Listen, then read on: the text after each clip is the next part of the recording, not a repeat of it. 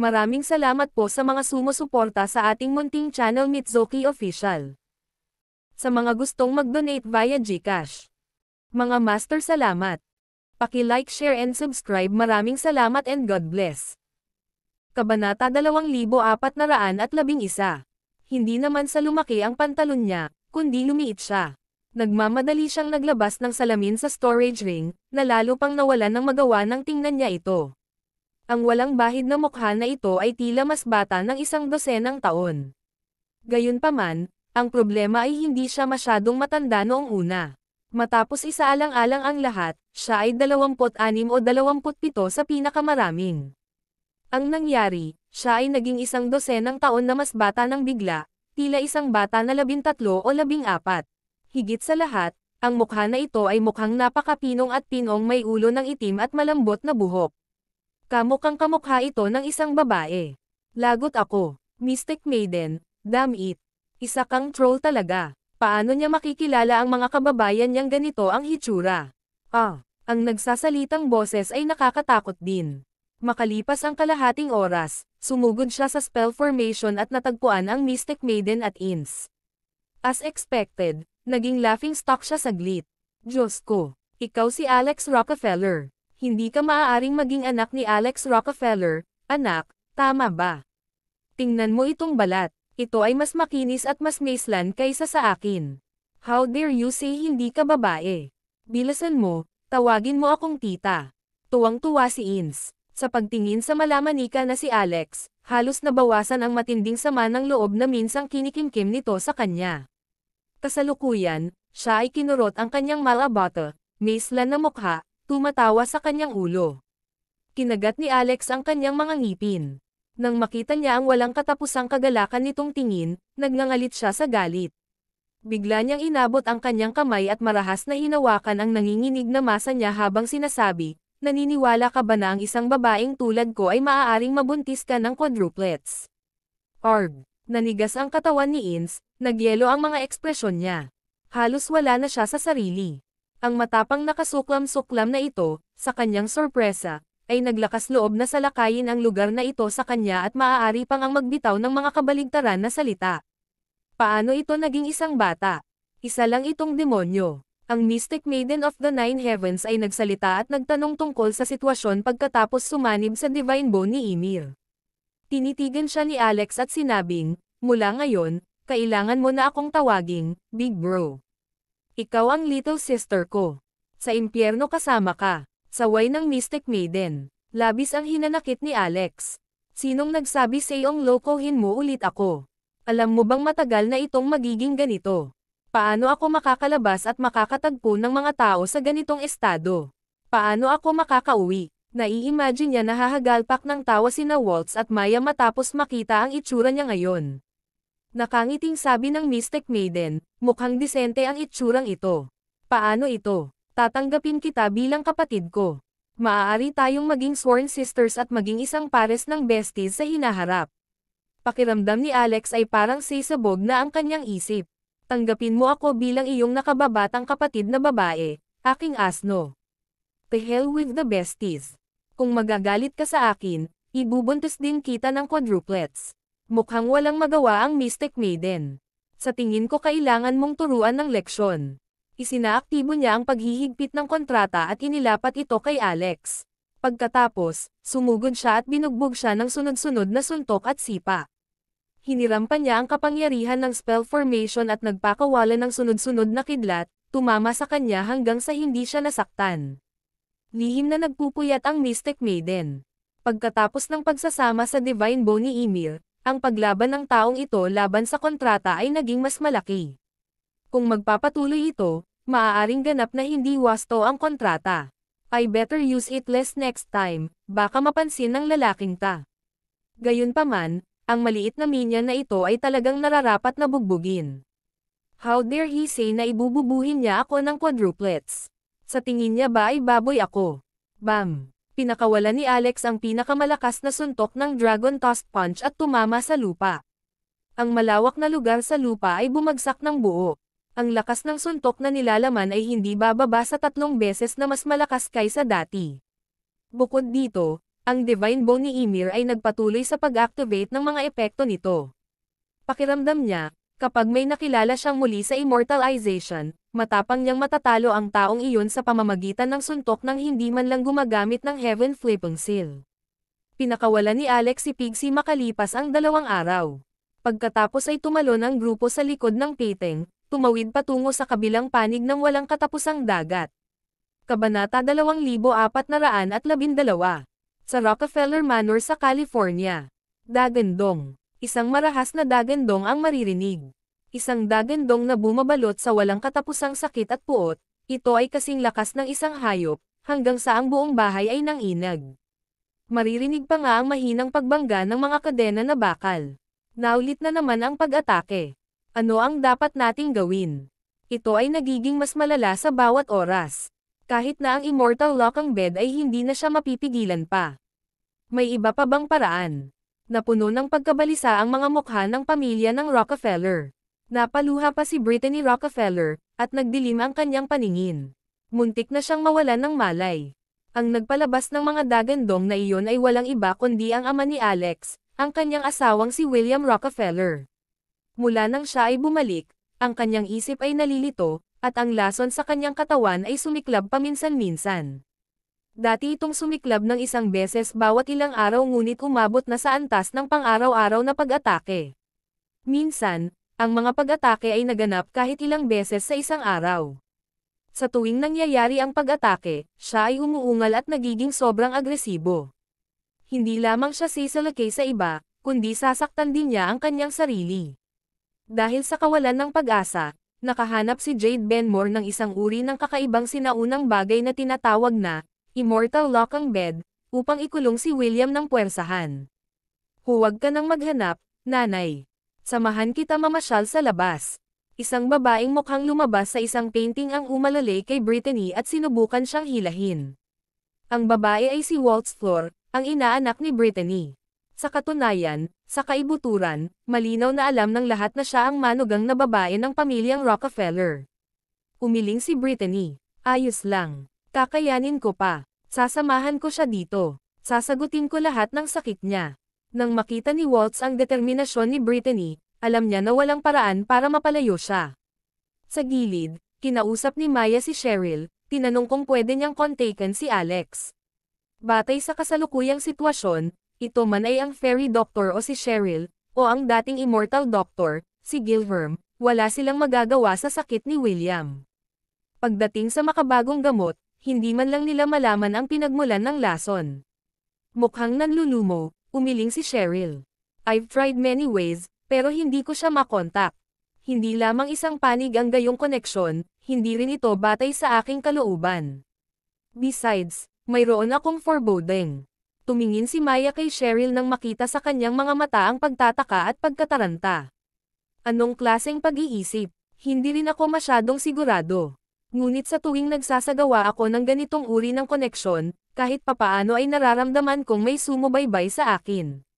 Ito ay maaaring hindi magandang bagay. Ang mga kasangkot lamang ang makakaunawa sa pakiramdam na ito. Tulad ng pagkabalisa ng grupo ng mga tao sa Rockefeller Manor, pumasok ang isang binata. Siya ay walang iba kundi ang dating ace chieftain ng underworld ng Thousand Miles Conglomerate, ang Asher Storm. Kamakailan, ang lakas ni Asher ay mabilis na lumago. Gayunpaman, kung ihahambing kay Waltz, nanatili siyang malayo. Matagal nang naging Golden Core Cultivator si Waltz, samantalang si Asher ay isa ring quasi-grandmaster. Kung maabot ni Asher ang pagiging quasi-grandmaster bago makilala si Alex, tatawa siya hanggang sa magising siya mula sa kanyang panaginip. Isa itong tagumpay na hinding-hindi maaabot ng hindi mabilang na mga tao sa kanilang buhay, at tahimik lang siyang nakahinga pagkatapos tingnan ang mga kababaihan sa pamilyang Rockefeller. Waltz, bumalik na si Clay Ember. Bulong ni Asher kay Waltz. Ha, talaga. Ang mukha ni Waltz na malungkot sa loob ng maraming araw, ay nagpakita ng isang pambihirang pahiwatig ng kagalakan.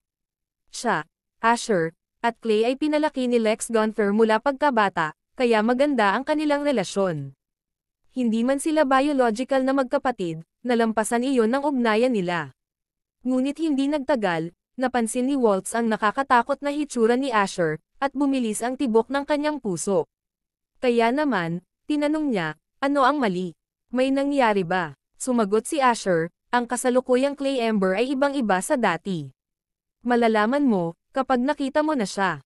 Kinunot ni Waltz ang kanyang curvy brows. Kabanata 2413. Matapos makipag-usap kina Brittany, Maya, at sa iba pa, sinundan niya si Asher palabas ng Rockefeller Manor bago tumalon sa Lamborghini at nagmaneho papunta sa Hells Angels.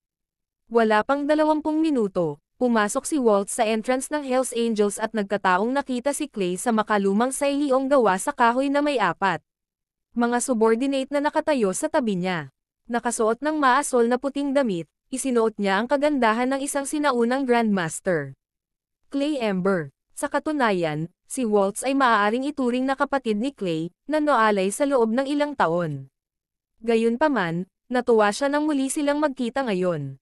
Kanina, sinabi ni Asher na malaki ang pinagbago ni Clay sa malungkot na mukha, kaya naisip niyang may nangyari na kay Clay. Ngunit sa isang sulyap, naniwala siya na mahulaan niya ang nakatagong katotohanan. Ito ay dahil ang paglilinang ni Clay ay nasa napakataas na antas. Tahimik lang siyang nakaupo doon, ganoon na lang, ngunit naglabas siya ng isang napakakapal na aura na siguradong madudurog ang mga Grandmaster. Bukod dito, naramdaman ni Waltz ang malakas na pamimilit kay Chi. Kaya naman, si Clay ay pumasok sa hanay ng mga magsasaka, at ang kanyang antas ng paglilinang ay malamang na hindi mababa. Sa simula ay maaaring madaig ni Asher si Clay. Gayunpaman, dinurog siya ni Clay. Hindi. Nadurog siya ng mga nasasakupan ni Clay, kaya malamang na hindi siya komportable. Waltz. Nang makita ni Clay si Waltz, tumayo din siya, at nakita sa mukha niya ang nakakalokong ngiti na iyon na may kakaibang kahulugan. Ilang taon na niyang hindi nakita si Waltz. Ang kasalukuyang Waltz ay mas maganda at kaakit-akit. Ang kanyang figure ay mas curvaceous at ang kanyang pag-uugali ay mas disente. Siya ay maaaring ituring na isang top-notch na kagandahan, at ang katawan niya ay ilang beses na mas malakas kaysa sa maalamat na golden ratio na katawan. Habang nakatingin si Clay kay Waltz na malapit sa kanya, mas lalong naging passionate ang kanyang mga mata sa unti-unting pagtaas ng kakaibang pagnanasa. Nang magtama ang mga mata ni Waltz, naramdaman niyang may mali. Kaya, sinadya niya itong sinipa at sinabing, anong ginagawa mo? Parang lumilipad ang iyong mga mata. Lumabas ka ng ilang taon. Sinusundo mo ba ang mga babae kahit saan sa labas? Nasaroon ka ng masamang halimbawa. Nakangiting sabi ni Clay, paano ko magagawa iyon? Waltz, mayroon akong isang magandang babae na tulad mo na naghihintay sa akin sa bahay, kaya paano ako makakalabas at mamuhay ng kahalayan? Waltz, ang aking nakababatang kapatid na babae, ako ay tungkol sa iyo. Lalong namangha si Waltz dahil hindi na sinasabi ng naunang Clay ang mga ganoong salita. Aniya, Bro Ember, talagang sinundan mo ang mga masasamang halimbawa. Talagang nagsalita ka sa akin, ngunit ako ang iyong nakababatang kapatid na babae. Nagulat siya nang hinawakan ni Clay ang kamay niya. Waltz, seryoso ako sayo. Kahit kailan hindi kita tinuring na kapatid. Tinatrito kita bilang isang babae. Gusto kitang pakasalan. Simula ngayon, asawa ka na ni Clay Ember. Ha? Gulat na gulat si Waltz kaya dali-dali niyang itinulak si Clay. Baliw ka ba? Mariing sinabi ni Clay, hindi ako baliw. Ako, si Clay Ember, ay matagal nang hindi na ako ang dating ako. Kung sasabihin kong papakasalan kita, talagang kakayanin ko. Napakunot noo si Waltz at napaatras, mukhang natulala. Saway ni Asher, Clay Ember, stop joking around. May inlo na si Waltz. Ano? Nang marinig iyon ni Clay, agad siyang napatalon at mukhang nagtataka at namilipit. Ang walang pakialam na kilos ng isang Grandmaster kanina ay nauwi sa selos at pagkadismaya sa iba't ibang ekspresyon ng sabay-sabay. Waltz, kasal ka na. Ang kanyang tono ay unti-unting naglabas ng isang napakalamig at nakakatakot na aura. Hindi ko pa natatanggap ang certificate, pero malapit na. Haha, Bro Ember, huwag kang mag-alala. Kapag may kasalan ako mamaya, siguradong padadalhan kita ng imbitasyon. Ikaw ang aking pangalawang kapatid, isang miyembro ng aking maternal family. Dahil wala na ang aming foster father, you're my senior. Ipaghahain kita ng toast. Si Clay ay mukhang galit at gulat na gulat. Tila malapit na siyang sisabog sa galit. Napatingin si Asher sa kanya at tinaas ang gilid ng bibig niya habang halos matawa. Biglang sinipa ni Clay ang lumang kahoy na armchair at tinitigan si Waltz habang sumisigaw, "Give me a toast, may asterisk sa." Anong klaseng shittersity marriage ito? Hindi ako sang-ayon. Kung gusto mong pakasalan ang isang tao, maaari mo lamang akong pakasalan. Sa buhay na ito, maaari ka lang maging babae ko, si Clay Ember. Sino ang iyong kasintahan? Tawagan siya at hilingin sa kanya na automatikong sumuko sa iyo. Kung hindi, mapupunta lang siya sa impyerno. Kabanata 2414. Si Waltz ay galit na galit kay Alex, kaya hindi niya binago ang kanyang isip hanggang sa dulo ng mundo. Sa gulat niya, nasabi ni Clay ang mga ganoong salita. Kahit na kapatid niya ito, hinding-hindi iyon papayagan ni Waltz. Clay Ember. Galit na galit si Waltz dahil nanlamig ang kanyang magandang mukha. Kung magsasabi ka pa ng ganito, titigil na tayo sa pagiging magkapatid. Sa buhay ko, isang lalaki lang ang gusto at mahal ko, at iyon ay si Alex Rockefeller. Ikaw ay imposible. Si Clay ay nasunog sa selos. Sa pagitan mo at niya, nawala mo na ba ang iyong virginity? Medyo hindi natural ang hitsura ni Waltz sa harap ng napakaraming tao, ngunit pagkatapos ay lantaran niyang inamin. Hindi ka ba nagsasalita ng kalokohan? Hindi kaya nagagawa ko lang ang gawaing iyon sa panahon ng pagtatapos ng kasal. Ako ba, si Waltz Floor, ay may kaunting kagandahan. Nang sabihin niya ang mga salitang iyon, nakaramdam siya ng galit ngunit nakakatawa. Noon, binigay na niya ang lahat, ngunit ang walang kwentang Alex na iyon ay pinatawad siya ng mga dahilan at tinanggihan siya alang-alang sa babaeng iyon, si Dorothy Essex. Hanggang sa kalaunan, nagawa lang niya ang gawain sa tulong ni Maya. Sa kanyang mga mata, tila wala siyang gaanong kagandahan. Mukha siyang kaakit-akit habang nagpapakita ng kaligayahan. Gayunpaman, ito ay matinding panunuya sa mga mata ni Clay. Pagkatapos ng ilang pagbabago sa kanyang ekspresyon, sinabi niya, "Wala rin akong pakialam doon. Anyway, ngayong bumalik ako, ikaw na lang ang magiging babae ko. Tatapusin natin ang kasal ngayong gabi." Hindi na nakapagpigil si Asher. "Clay Ember, huwag ka nang masyadong lumayo. Kung hindi, mamamatay ka nang hindi mo alam kung paano ka mamamatay." Ginawa niya ito para sa ikabubuti ni Clay. Si Alex ba ay isang taong madaling guluhin? Kahit na wala si Alex sa bahay, sinumang babae na casual na lumabas sa pamilyang Rockefeller ay hindi isang ordinaryong karakter. Natakot siya na masampal ng mga kababaihan ng pamilyang Rockefeller si Clay hanggang sa mamatay kung ipagpapatuloy niya ang gulo dito. Pero sa hindi inaasahang pagkakataon, pagkasabi pa lang ni Asher ay lumapit si Clay sa kanya at sinipa siya ng malakas sa tiyan. Boom! Dama po ang katawan ni Asher sa dingding, sumasabog sa makapal na konkretong pader. Isang steel bar ang biglang tumagos sa tiyan ni Asher, dahilan para duguan ito. Natigilan si Waltz. Hindi niya pinangarap ang ganoong eksena noon. Magkapatid sila. Clay Ember. Sinampal ni Waltz si Clay sa mukha dahil sa galit nito. "Kakaiba ang nararamdaman mo sa akin. Hindi na ikaw ang Clay Ember na kilala ko. Umalis ka dito. Ayokong makita ka ulit." Sumugod siya at hinugot ang steel bar sa tiyan ni Asher bago siya pinakain ng pinakamahusay na healing pill. Namumula ang kanyang mga mata habang nag-aalalang nagtanong, "Asher, kumusta ka na?" Ikinaway ni Asher ang kamay at umubo ng 2 beses. "Ayos lang ako. Sobrang nahihiya lang ako." Sinabi ni Waltz, "Ipapadala kita sa Rockefeller Manor. Si Cheryl ay may mahusay na medikal na kasanayan, at magiging maayos ka sa lalong madaling panahon." Gayunpaman, pinigilan sila ng mga nasasakupan ni Clay at pinigilan silang umalis. Napatingin si Clay kay Asher.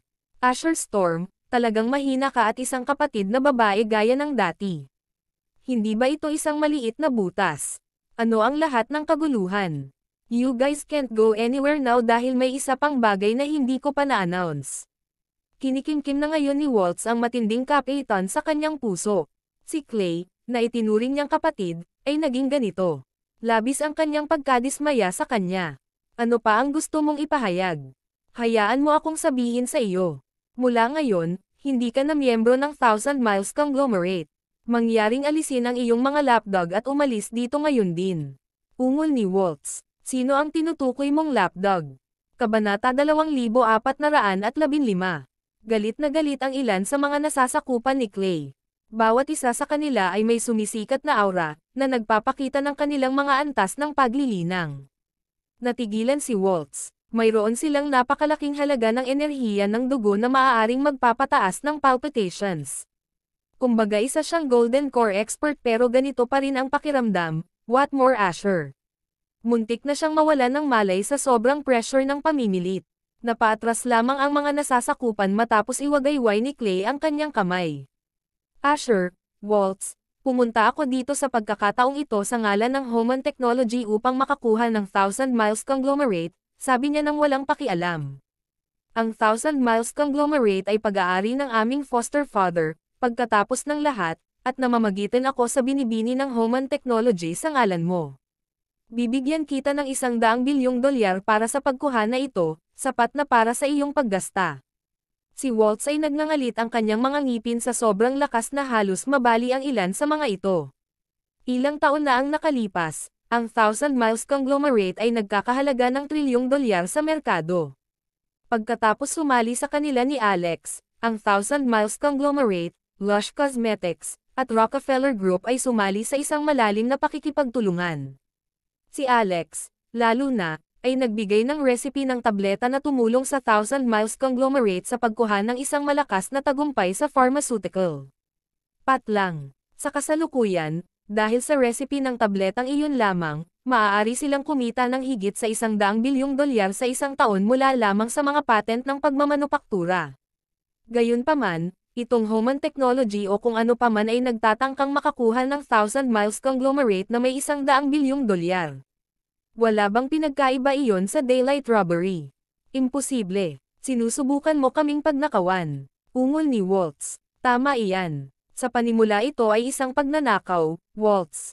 Sabi ni Clay. Ito na ang pinakamalaking konsesyon para sa binibini na maglabas ng $100 bilyong.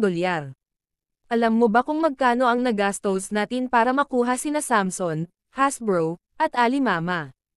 Nakuha mo silang tatlo. Tama iyan. Gumastos kami ng $3 sa kabuuan. $1 para sa bawat kumpanya. Imposible. Dapat maniwala ka sa akin. Hindi mo alam ang lakas ng Homan Technology. Nasa likod nito ang Ancient Moon Conglomerate ng pamilya Hancock.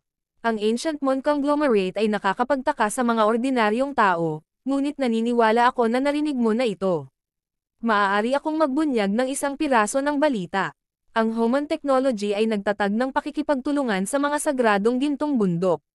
Kung hindi ka sumasang-ayon, ang lahat ng sasalubong sa iyo ay magiging dead end. Ang mga sagradong gintong bundok, parehong natigilan sina Waltz at Asher. Olympus Golden Mountains ba ang tinutukoy mo? Di ba sabi nila lobo lang ang lumabas? Pagwawasto, bulalas ni Clay. Iyan ang banal na tribo. Ang $100 bilyong ay maayos. Kung madilim ang kanilang mga puso, mawawalan kayo ng buhay. Nagalit si Asher sa kasalukuyang anyo ni Clay. Hindi ko talaga inaasahan na ikaw, Clay Ember, ay naging lapdog. Tapos, tumalikod ka pa at humarap muna sa amin habang sinasabi ang mga magarbong salita. Walang hiya ka lang. Para sa kapakanan ng ating mahabang taon na kapatiran, hayaan mo akong magbigay sa iyo ng isang payo. Umalis dito ngayon din, at huwag na huwag isipin na subukang kumuha ng 1,000 Miles Conglomerate. Kung hindi, pagsisisihan mo ito. Hindi mo kayang saktan ang nasa likod ng 1,000 Miles. Punong-puno ng paghamak si Clay. Walang sino man ang kayang guluhin ko sa mundo. Hindi ba ang 1,000 Miles ay pag-aari ng aming foster father? Ngayong wala na ang kinakapatid na ama, ang 1,000 Miles ay pag-aari nating tatlo. Sino pa ang lalabas sa likod ng mga eksena? Sinabi ni Asher, ang nasa likod ng 1,000 Miles ay ang asawa ni Waltz, ang Rockefellers. Nang marinig iyon ni Clay, muli siyang nagalit. Matapos maglibot sa mga bahay, ang 1,000 Miles ay talagang kabilang sa pamilyang Rockefeller at nasangkot sa kanyang karibal sa pag-ibig. Ang Rockefeller Family, tama ba? Ayos. Hiniling ni Clay kay Waltz na tawagan ang pamilyang Rockefeller at agad na lumapit kay Alex. Matapos malaman na wala si Alex sa California, mabangis na sinabi ni Clay, bibigyan kita ng 3 araw. Dapat mong sabihin sa Rockefellers na lumapit at lumuhad, dito sa Hells Angels, sa loob ng 3 araw, o aalisin ko ang Thousand Miles Conglomerate ng walang kondisyon at sisirain ang pamilyang Rockefeller sa lupa. Hindi na magkakaroon ng pamilyang Rockefeller sa balat ng lupang ito. Pagkatapos magsalita ni Clay, kinuha niya ang kanyang mga tao at umalis na mayabang. Asterisk. Sa sandaling ito, ang walang katapusang dagat. Upang pilitin si Alex na sumanib sa Divine Bow ni Ymir sa lalong madaling panahon, pinilit ni Mystic Maiden si Alex na tumalon mula sa likod ng peteng at sundan ang peteng. Bukod dito, naakit pa niya ang mga undead na demonyong hayop paminsan-minsan upang payagan si Alex na harapin silang mag-isa. Sa daan, pinatay niya ang bawat undead na demonyong hayop na tumatawid sa kanyang landas. Gayunpaman, sa sorpresa ni Alex, nakakita siya ng isang lugar na katulad ng spatial corridor sa panahon ng massacre ngayon. Sa kanyang sorpresa, siya ay direktang lumitaw sa lupa pagkatapos ng aksidenteng pagdaan dito. Ito ay pamilyar din lalo na sa isang sulyap. Noong siya ay sinipsip sa undead territory, hindi ba ito ang teritoryo ng lahing Elven? Kabanata 2416. Nagulat si Alex. Masyadong nakakaloka ang biglaang pagkikita. Nasa gitna lang siya ng Endless Sea, at sa isang kisap mata. Bumalik siya kasama ang mga pixies.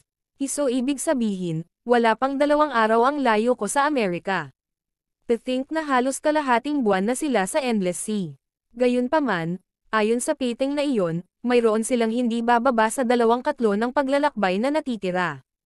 Ito ay isang shortcut sa pagitan ng Kaparangan at Amerika. Nasa Endless Sea pa rin ang Mystic Maiden, Ins, at ang iba pa. Nang makabawi si Alex sa kanyang kalmado mula sa pagkabigla, hindi nagtagal ay nabagabag siya sa kasalukuyang sitwasyon. Siya ay aksidenteng nakapasok sa isang sinaunang lugar habang nakikipaglaban sa mga undead na hayop. Siya ay nalilito noon, dahil milyon-milyong mga hayop ang nakapaligid sa kanya noong panahong iyon, at walang labasan. Gayunpaman, may kakaibang nangyari sa insidente.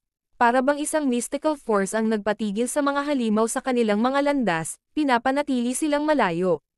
Nasa isang kritikal na sitwasyon siya noon, na umaakit ng ilang malalaking kaaway. Kung hindi siya nag-iingat, siya ay pinatay. Nakakaistorbo at gulo ang Mystic Maiden na iyon. Hindi maiwasang mapaisip ni Alex. Sa kagyat na sandaling iyon, maaari lamang siyang sumugod sa lugar kung saan tila umiiwas ang mga hayop. Sa kanyang pagtataka, ito ay isang lagusan na nagdala sa kanya kung nasaan siya ngayon. Buti na lang at walang halimaw na sumunod sa kanya.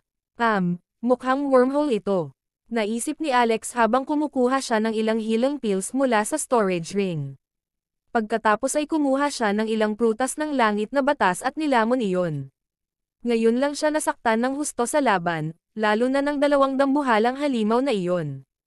Sila ay mga demonyong alimango. Napakalakas ng kanilang malalaking kuko na halos mabali ang baywang ni Alex. 2 beses din nabutas ang dibdib niya na sumakit sa gilid ng puso niya.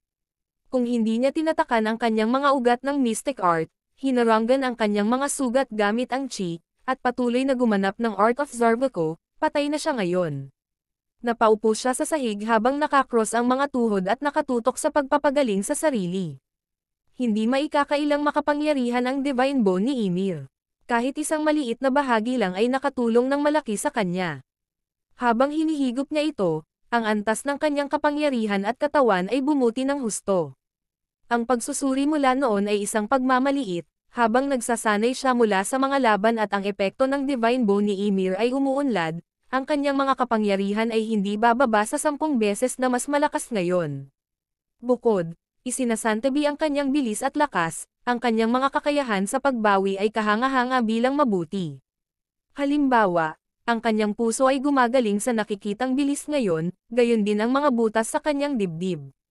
Kung ang mga tao mula sa ospital sa Wasteland ay nakakita ng ganitong eksena, aatakehin sila sa puso. Mystic Maiden, may ginawa kang disente minsan. Sa banal na buto ni Ymir at kalahating buwang pagsasanay, ang kanyang kapangyarihan ay bumuti ng husto. Tama si Ins. Ang mga puwersa ng Budismo ay isang mamamatay na kasangkapan laban sa mga demonyong hayop. Umasa siya sa pamana ni Saitigarba sa daan. Ngayon, maaari na siyang mag-imbento ng mga bagong kasanayan sa naturang pundasyon. Kaya't pinagsama niya ang divine power sa Dragon Tusk Punch at pinangalanan itong Body's Dragon Tusk. Sa kabilang banda, ang pagpatay sa mga demonyong hayop ay nagbigay sa kanya ng isa pang pakinabang, dahil nakakakolekta siya ng malaking halaga ng banal na kapangyarihan. Umaapaw ang gintong lawa sa kanyang katawan. Ang banal na kapangyarihan na kasalukuyang taglay niya ay hindi nasusukat, ang lawa ay naging isang gintong dagat. Sa makatuwid, gumamit siya ng napakaraming divine powers sa Requiem Clock, inayos ito at ginawa itong mas malakas. Oo, Alex. Habang ginagamot ni Alex ang kanyang mga sugat, may nagsalita. Ito ang tool spirit ng Persephone's Folly Bridge, ang babaeng may itim na puso. Kabanata 2417. Hindi siya nagustuhan ni Alex, kaya umarte siya na parang walang narinig at hindi siya pinansin. Medyo nagalit ito sa kanya. Hoy, kinakausap kita. Huwag kang magpakamatay sa harap ko. Kinagat ni Alex ang kanyang mga labi at sinabing, "You're too honorable. Ang isang mahirap na tao tulad ko ay hindi kailanman magiging sa iyong antas. Kaya maglalayo tayo sa isa't isa mula ngayon, okay?" Nagalit iyon sa babaeng may itim na puso. Ikaw ay isang walang utang na loob at walang galang na bata. Gayunpaman, hindi rin siya isang mabuting tao. Sa tuwing gusto niya ang banal na kapangyarihan mula kay Alex, ang kanyang mga kahilingan ay tumaas ng 100 beses na higit pa kaysa sa huli. Ginamit niya ang isang bahagi nito, ngunit isa pang malaking halaga nito ang naging pag-aari niya. Sa nakaraang pakikipaglaban ni Alex sa mga hayop, nakita niya sa sarili niyang mga mata kung paano ginamit ni Alex ang Requiem Clock at naglipat ng malaking halaga ng divine power dito. Sa kaibahan, wala siyang nakuha. Parang nakalimutan na ni Alex ang pag-iral niya kaya nandito siya para ipaalala. Paano ako naging walang utang na loob at walang pakundangan? Nung mga nakaraang panahon na tinulungan mo ako, sinuklian din kita. Sila ay patas na kalakalan. At saka, sinabi na sa akin ni Clinton na sa tuwing hihingi ka ng divine power, malaking bahagi nito ay para sa iyong sarili. Gusto mo pa ba akong lokohin? Patuloy na mangarap, umupo ka lang at I-enjoy ang natitirang mga araw mo. Galit na galit ang babae at nanumpa na maghihiganti siya sa Requiem Clock. Gayunpaman, isa lamang siyang tool spirit, at hindi may kakaila na wala siyang kapangyarihan sa Requiem Clock sa palasyo ng isip ni Alex. Ahem. Alex, iba ako sa Requiem Clock. Isa lang siyang matandang lalaki, isang karaniwang anti-gang itinapon sa gilid at nakalimutan ni Saitigarba. Bago pa siya makatapos, tumalon din ang tool spirit ng Requiem Clock. Parang matandang lalaki. Shelly, paano ka magsasalita sa likod ng iba? Anong ibig mong sabihin isa lang akong antik? Nagsasalita ka ba ng walang konsensya, bata? Halika, sumumpa ka lang sa pangalan ni Saitigarba na hindi mo dinaya ang banal na kapangyarihan ni Alex. Kung maglakas loob ka, tatawagan kitang Lola. Lola, anong kalokohan? Ayoko nang walang kwentang apo na kasing edad mo. Damn it, bata, how dare you use such insults? Oh, ang sangkatauhan. Pinapanood kita nitong mga nakaraang araw. To think na nakikipaglaban lang sa ilang halimaw, at napunta ka sa napakasama. Wala kang magawa kundi ang tumayo at manood sa galit. Kung ako iyon, madali kong lutuin at kakainin ang 2 demonyong alimango. Pagkatapos ay lumingon siya kay Alex. Huwag mong sabihin na hindi kita binalaan, brat. Kapag ang banal na kapangyarihan ay naipon sa isang tiyak na halaga, kailangan itong ilipat, at ang matandang ito dito ay walang ideya kung paano. Kaya ako lang ang magtuturo sa'yo. Bukod dito, may nakatagong sikreto sa templo ng Galileo, at ako lang ang may hawak ng anumang impormasyon tungkol dito. Kaya pag-isipan mong mabuti ito. Natigilan si Alex. Sa katunayan, naramdaman niya ang banal na kapangyarihan sa kanyang gintong lawa na kakaibang kumikilos. Umapaw na ito, pero hindi pa rin nakabuo ng dagat. Sa halip, ito ay damaloy ng random at hindi makontrol. Bukod dito, ano pa ang mga lihim na mayroon kaugnay sa templo ng Galileo? Tawag ni Alex kay Shelly. Matapos ang 1 oras na pag-uusap, sa wakas ay nakarating sila sa isang karaniwang punto na maaaring tanggapin ng magkabilang panig. Pagkatapos, sinundan pa ng 2 oras na paggaling hanggang sa tuluyang bumangon si Alex. Ngayon, ang kanyang mga sugat ay ganap na gumaling, at ang kanyang mga kapangyarihan ay lalo pang nadagdagan. Sunod, bumalik siya sa space hallway. Noong una, Nag-aalala siya na isa itong daanan, ngunit nang maramdaman niyang dumaan siya sa tunnel, alam niyang nagtagumpay siya. Hindi nagtagal, nabawi niya ang paningin at muling nagpakita sa harap ng dagat ng undead beasts.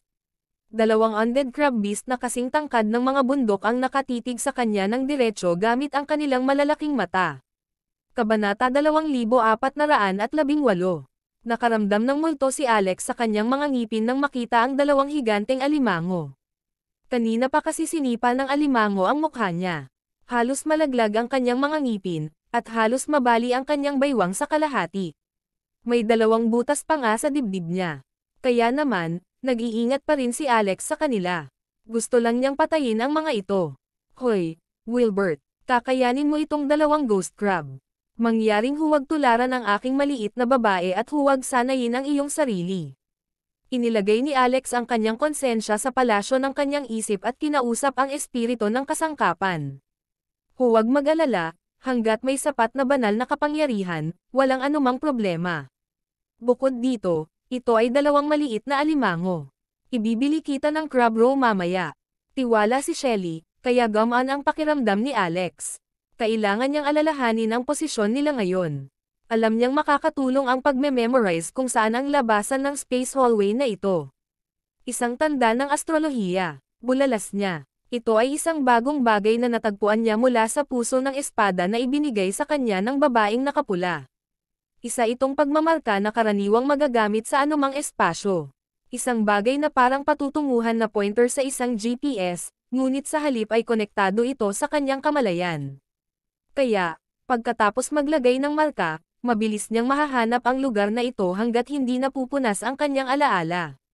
Mamatay. Sigaw ni Alex at sumugod sa grupo ng undead.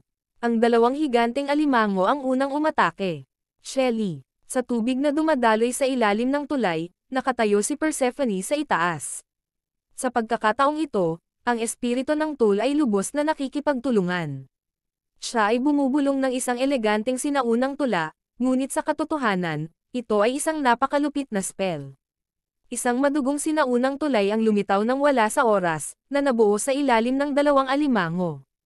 Irene. Sumabog ang dalawang alimango sa loob ng isang segundo. Ang sinaunang tulay ay malupit, puno ng hindi regular na puwersa na may kaugnayan sa buhay at kamatayan.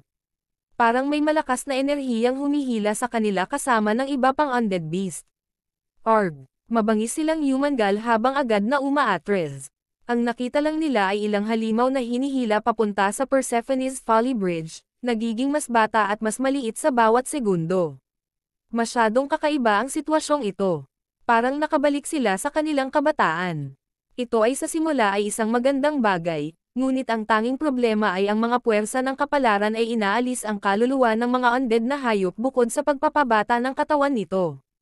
Ang mga apektadong hayop na iyon ay naging mga sanggol. Ang ilan ay tila mga fetus, naglalaho, at nagiging isang madilim at walang laman na bola ng enerhiya, na hinihigop lamang ng tulay. Ang buong proseso ay parang may bumabalik sa oras, at pinapanood nila ang buhay na ibinalik muli sa orihinal nitong estado. Laking gulat din ni Alex nang masaksihan ito, hindi lang ang dalawang alimango, sa kabila ng pagiging abala na sa pagpatay sa undead army. Hindi niya napigil ang magbitaw ng kahit isang salita habang hawak niya ang requiem clock. Maya-maya, tinanong niya si Clinton, "Oy, kayang kontrolin ni Shelly ang oras? Sabihin mo, maaari mo bang hilingin sa kanya na gawin akong mas bata ng ilang taon?" Walang imak ang requiem clock. Sa tingin mo ba hindi ka pa bata? Kung mas bata ka pa, kailangan mong magsuot ng baby onesies. Naalala tuloy ni Alex na para siyang 14 na taong gulang na bata mula nang sumanib siya sa Divine Bone ni Ymir. Pagkatapos nito, nagpatuloy si Clinton. Kahit na ang puwersa ng kapalaran ay magpabata sa iyo, hindi mo rin ito magugustuhan.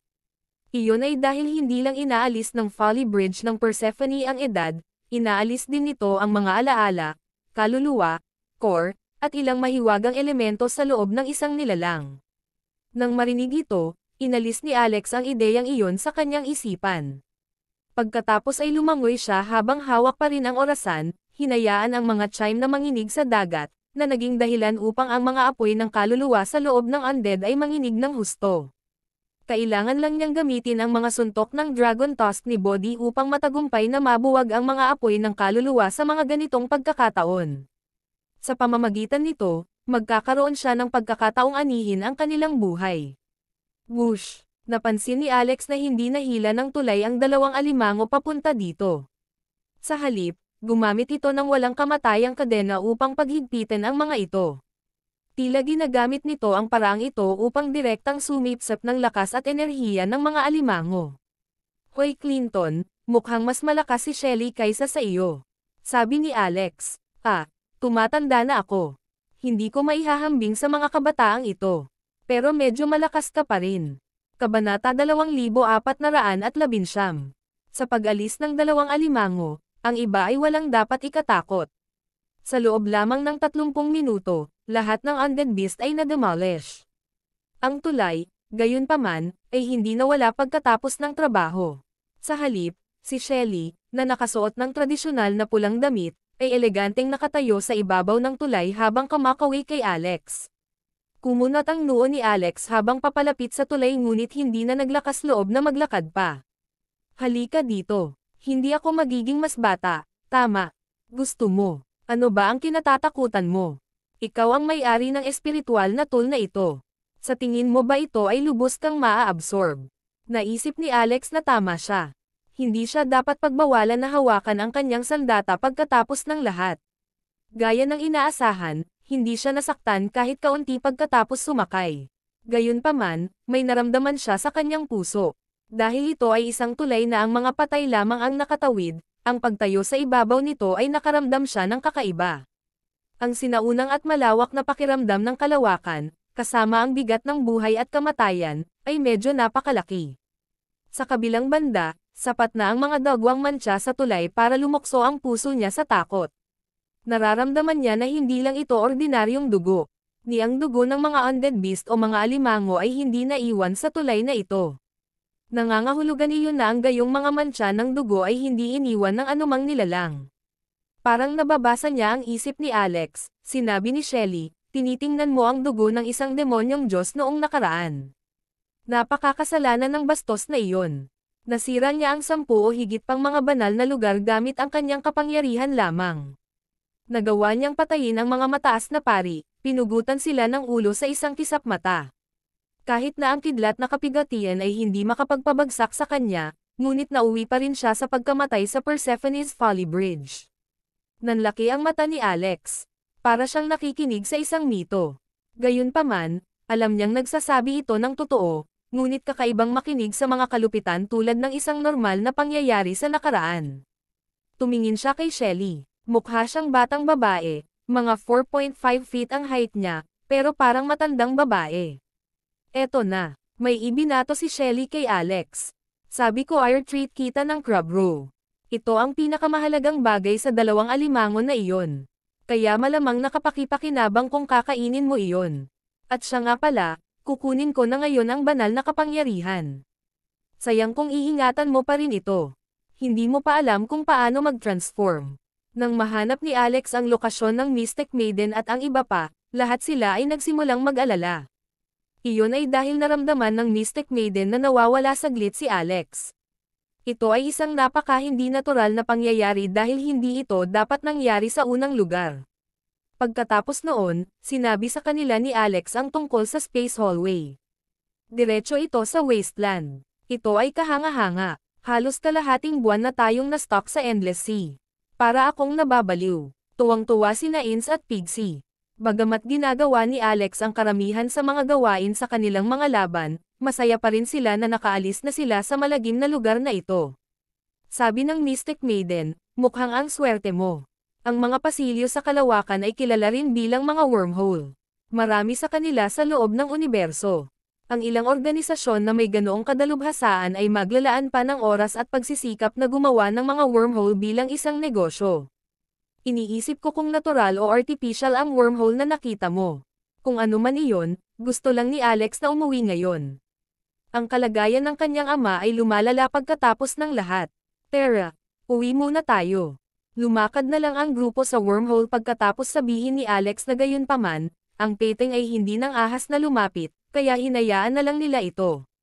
Pagkarating sa lupain ng mga pixies, tumalon si Alex sa likod ni Pixie at sinunggaban din si Ins. Pagkatapos ay sumugod sila sa 10 beses na bilis ng tunog.